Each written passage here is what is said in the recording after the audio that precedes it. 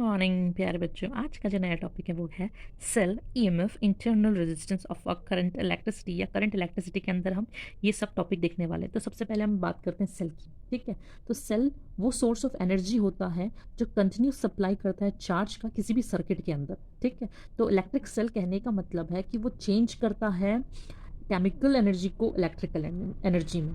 अब हम बात करते हैं इलेक्ट्रोमोटिव फोर्स के बारे में कि व्हाट इज़ इलेक्ट्रोमोटिव फोर्स। ठीक है, तो सबसे पहले एग्जांपल से समझते हैं कि मान लेते हैं कि तुम एक सेल खरीद के लाते हो, उसमें लिखा रहता है 1.5 वोल्ट।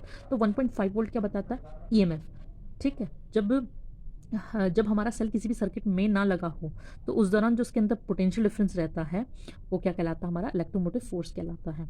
ठीक है, तो यहीं पर इसकी डेफिनेशन बता रखी है कि जब हमारे पास कोई भी सर्किट में करंट ना बहे तो इलेक्ट्रोलाइट्स का सेम पोटेंशियल रहेगा थ्रू आउट द सर्किट, तो इस वजह से वो हमारा क्या कहलाएगा? इलेक्ट्रोमोटिव फोर्स कहलाता है। ठीक है, इंटरनल रेजिस्टेंस का मतलब ये हमारे पास सेल है, ये इसका पॉजिटिव इलेक्ट्रोड है, ये नेगेटिव इलेक्ट्रोड है।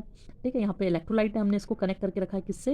एक्सटर्नल सर्किट से। ठीक है, तो इंटरनल रेजिस्टेंस का मतलब क्या होता है? जैसे हम एक्सटर्नल सर्किट को करंट पास करते हैं तो हम ये देखेंगे कि जो है इलेक्ट्रॉन्स भागना शुरू कर देंगे पॉजिटिव टर्मिनल की तरफ, और जो पॉजिटिव आयंस है वो किधर की तरफ जाना शुरू कर देंगे? नेगेटिव। तो ये जो पॉजिटिव और नेगेटिव आयंस उस इलेक्ट्रोलाइट के अंदर क्या प्रोड्यूस करेंगे? इंटरनल रेजिस्टेंस प्रोड्यूस करेंगे। ठीक है, तो ये इलेक्ट्रोलाइटिक सेल में क्या करते हैं? फ्लो ऑफ करंट को रेजिस्ट करते हैं, तो इसलिए से इंटरनल रेजिस्टेंस कहा जाता है। इसे स्मॉल आर से शो किया जाता है, इसका यूनिट क्या होता है? ओम होता है। टर्मिनल पोटेंशियल डिफरेंस का मतलब जैसे ही तुमने सर्किट में करंट फ्लो करा तो उस वजह से जो पोटेंशियल ड्रॉप आया उसे हम क्या कहते हैं? टर्मिनल पोटेंशियल डिफरेंस कहते हैं। ये पोटेंशियल ड्रॉप किस वजह से आएगा? इंटरनल रेजिस्टेंस की वजह से। ठीक है, तो टर्मिनल पोटेंशियल डिफरेंस हमेशा कम होता है इलेक्ट्रोमोटिव फोर्स से। ठीक है, तो इसका रीज़न भी हमने जान लिया कि क्यों होता है, क्योंकि बिकॉज ऑफ इंटरनल रेजिस्टेंस की वजह से टर्मिनल पोटेंशियल डिफरेंस हमेशा कम होगा ईएमएफ ऑफ सेल की वजह से। क्या? सेल की वजह से। अब हम देखते हैं relation between V E and R. V E और आर में क्या रिलेशन आता है? तो जब हमारे पास सर्किट में कोई भी करंट नहीं बहता है तो उस दौरान क्या होगा? पोटेंशियल डिफरेंस की वैल्यू टर्मिनल पोटेंशियल के इक्वल होगी। और यहाँ हमारे पास सर्किट में क्या है? सर्किट क्लोज है, तो ये हमारे पास इसका एंड क्या है? वी बी, और इसका एंड क्या है? V A. तो पोटेंशियल डिफरेंस है। ठीक है, करंट कहाँ से बह रही है? वी बी से वी ए में, तो वी बी।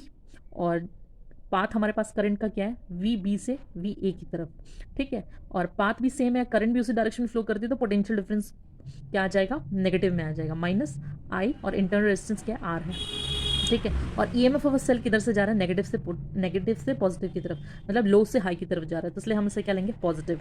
तो किसके इक्वल हो जाएगा? पोटेंशियल डिफरेंस वी ए के इक्वल हो जाएगा। तो E minus I R is equal to V A minus V B. तो वी इज इक्वल टू किसके इक्वल आया? आई आर के इक्वल आया। ठीक।